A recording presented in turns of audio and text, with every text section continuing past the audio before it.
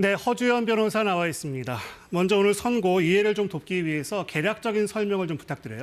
오늘 선고가 나온 것은 며칠 전 구형이 나온 내란 우두머리 혐의와는 다른 재판입니다. 오늘 선고가 나온 재판은 비상계엄의 위법성이라든가 아니면 내란죄 해당 유무를 변론으로 하고 다만 관련 사실 중에서 그 전후 사정 중에 위법한 부분이 있는지를 판단한 것인데요. 네. 예를 들면 비상계엄 과정 중에서 있었던 국무회의 소집 절차의 절차적 하자 부분이라든가 사후 선포문을 작성하고 폐기한 과정의 하자 부분, 그리고 이후에 공수처의 영장 집행에 대한 체포 방해 부분에 대한 유무죄 판단이 있었던 사건입니다.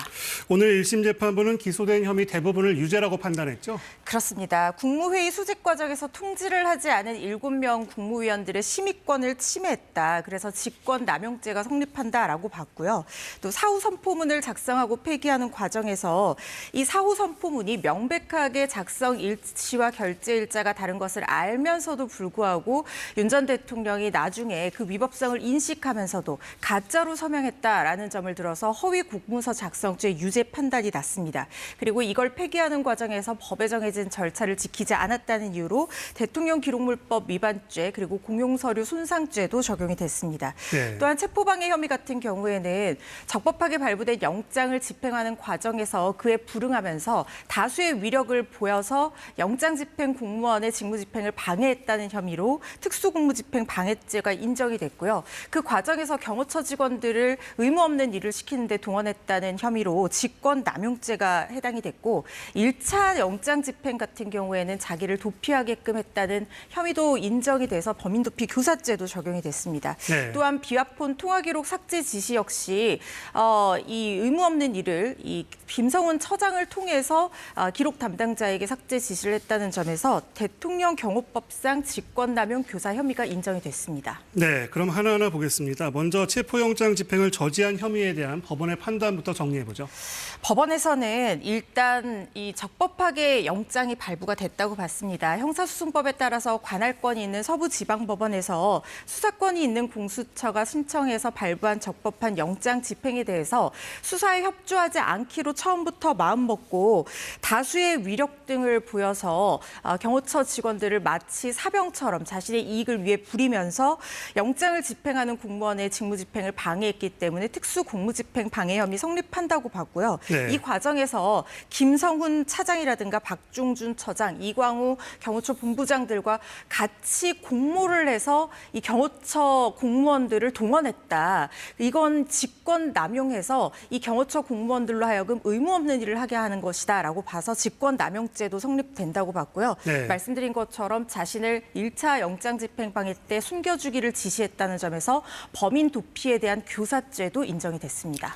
그리고 공수처 수사권에 대한 법원의 판단도 나왔죠? 그렇습니다. 이 부분이 사실은 굉장히 관심을 모았던 부분이고 향후 내란 우두머리 재판과도 직결되는 부분이기 때문에 굉장히 중요한 판단이 나온 셈인데요. 아직 1심이기는 하지만 법원에서는 적법한 수사권이 있다라고 봤습니다. 네. 윤 전 대통령 측에서는 공수처는 직권남용죄만을 수사할 수 있는 기관이고 내란죄를 수사할 수 있는 권한이 없는 기관인데 직권남용죄 같은 경우에는 대통령의 불소추 특권에 의해서 대통령이 직에 있을 때 소추되지 아니하는 죄임에도 불구하고 내란죄를 수사하기 위해서 비교적 불법성이 적은 직권남용죄를 엮어서 꼬리에서 머리를 수사한 셈이기 때문에 공수처가 수사권이 없고 공수처의 수사는 적법하지 않다라고 주장을 해왔습니다.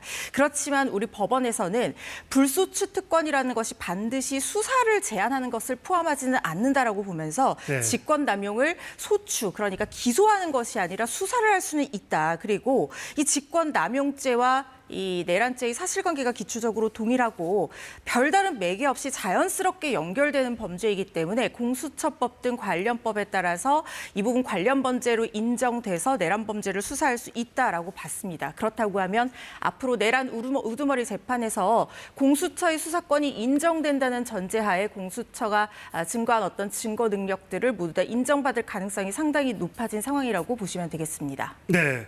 그리고 비상계엄 당시 그 국무회의 국무회의와 관련된 부분도 좀 짚어보겠습니다. 일단 절차적인 하자 부분과 사후 선포문 작성 두 가지로 나누어서 짚어봐야 될 것 같은데요. 절차적인 하자, 7명에 대해서 통지를 하지 않은 것 심의권 침해했다라고 봤습니다. 윤 전 대통령은 그때 당시 거대 야당의 폭주에 맞서서 국가 비상사태나 다름없었기 때문에 대통령의 긴급권을 행사하는 과정에서의 긴급성, 밀행성 때문에 모두에게 소집 통지를 할 수 없었다라고 주장했지만 재판부에서는 그럴수록 더욱더 절차적으로 지켜져야 되는 부분이 있다고 봤습니다. 네. 국무회의 내 구성원인 국무위원들은 각각 독립한 개별적인 중요도를 가지는 자들이고 그렇기 때문에 전부 통지를 하는 것이 원칙이고 설령 윤 전 대통령 주장에 따라서 긴급성, 밀행성이 인정되는 상황이라고 하더라도 이 통지하지 아니한 자와 통지한 자의 합리적이거나 유의미한 차이를 찾아볼 수가 없고 그리고 윤 전 대통령 주장과는 별개로 그렇게 긴급한 상황이었다고 보이지 않는다. 그리고 유일하게 대통령의 긴급권 행사를 견제할 수 있는 사전 통제 수단이기 때문에 오히려 더욱더 신중하게 절차가 지켜져야 한다고 꼬집었습니다. 네, 그 양형 이유에 대한 재판부의 설명도 좀 정리해 주세요. 우선 불리한 양형 사유로 들었던 것이요. 계엄이라고 하는 것은 전 국가적인 혼란을 초래할 수 있는 중대한 권한의 행사인데다가 국민의 기본권을 침해할 위험성이 매우 높은 행위이므로 최후 보충적 수단으로 엄격하고 신중하게 행사되어야 하는 국가 대통령의 권한이다 이렇게 봤습니다. 그렇기 때문에 적법 절차가 더 엄격하게 지켜져야 하고 따라서 이렇게 국무회의 소집 통지를 제대로 하지 않는다거나 사후 선포문을 작성하고 폐기하는 과정에서 허위임을 알면서도 나중에 부서를 냈다가 폐기하는 이런 것들은 헌법과 개헌법에 정면으로 위반한다라고 판단을 했고요. 독단적인 권력을 남용하는 것을 방지하기 위한 어떤 절차적 요건들 모두를 경시했다라고 봤습니다. 특히 체포 방해 혐의와 관련해서는 경호처 공무원들, 국가에 충성하는 공무원들을 사병화해서 개인의 개인의 어떤 사적 이익을 위해서 이용했다는 점에서 죄질이 불량하다고 봤고 다만 네. 유리한 점으로는 초범이다. 그리고 사후 선포문을 작성하고 폐기하는 과정에서는 한덕수 총리가 제안을 했을 뿐이지 네. 윤 전 대통령이 주도한 부분은 없기 때문에 이 부분 유리한 정상이다 이렇게 판단을 했습니다. 네, 그 선고 역량에 대해서 법조계에서는 어떤 반응이 나오나요? 이게 일반적인 통상 공무집행 방해, 특수 공무집행 방해 가중 요소가 있는 혐의라 하더라도 다른 이 범죄와 같이 재판받는 걸 감안하더라도 이 징역 5년이 나오는 것은 사실상 낮은 형량이 선고된 것은 아닙니다. 그렇지만 이 사건의 주인공이 윤 전 대통령이라는 전직 대통령 그리고 현직 대통령 신분으로서 저질렀다는 점 그리고 관련한 어떤 사건들이 나왔던 파장들 이런 것들에 비해서 그리고 구형량이 높여놓은 기대치, 예상치 이런 것들에 비해서는 지나치게 낮은 형량이 아니냐 하는 판단도 나오고 있는 상황인데요.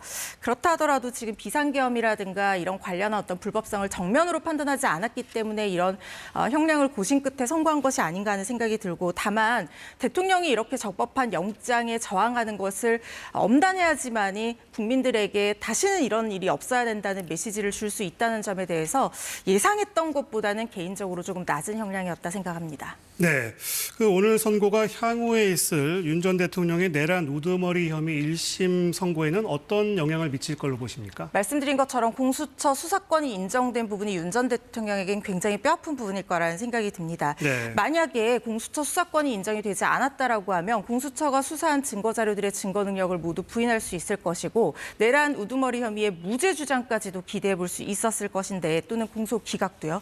그런데 지금 그렇게 하기가 쉽지가 않아진 상황인데다가 국무회의의 절차적인 위법성이 탄핵 심판에 이어서 인정이 됐습니다.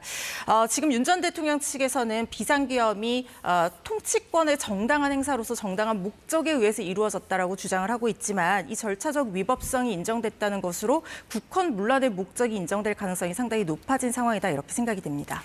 그리고 다음 주에는 한덕수 전 총리의 1심 선고가 있습니다. 오늘 선고가 미칠 파장이 있을까요? 사후 선포문 작성과 관련해서는 한덕수 총리가 제안했다가 이 부분 폐기하는 것에 동의를 했던 부분이 있기 때문에 허위 공문서 작성죄 등은 인정될 가능성이 매우 높아졌습니다만은 내란죄와 관련해서는 내란의 고의까지 인정이 되지는 지금 재판으로서는 좀 어렵습니다. 그래서 해당 재판에서 판단이 돼야 되는데 단순히 절차적인 하자를 치유하지 않은 것을 넘어서서 비상계엄의 위법성이 내란죄에 해당한다는 것까지 인식하고 이를 방조할 고의가 있었는지에 대해서도 인정이 돼야 될 것이고 이게 또 중요 임무에 해당하는지 여부에 대해서도 판단돼야지만이 중요 임무 종사자 혐의 또는 방조 혐의가 인정될 것이어서요. 한덕수 총리 재판도 살펴봐야 될 부분이 많은 것 같습니다. 네, 허주연 변호사였습니다. 말씀 잘 들었습니다.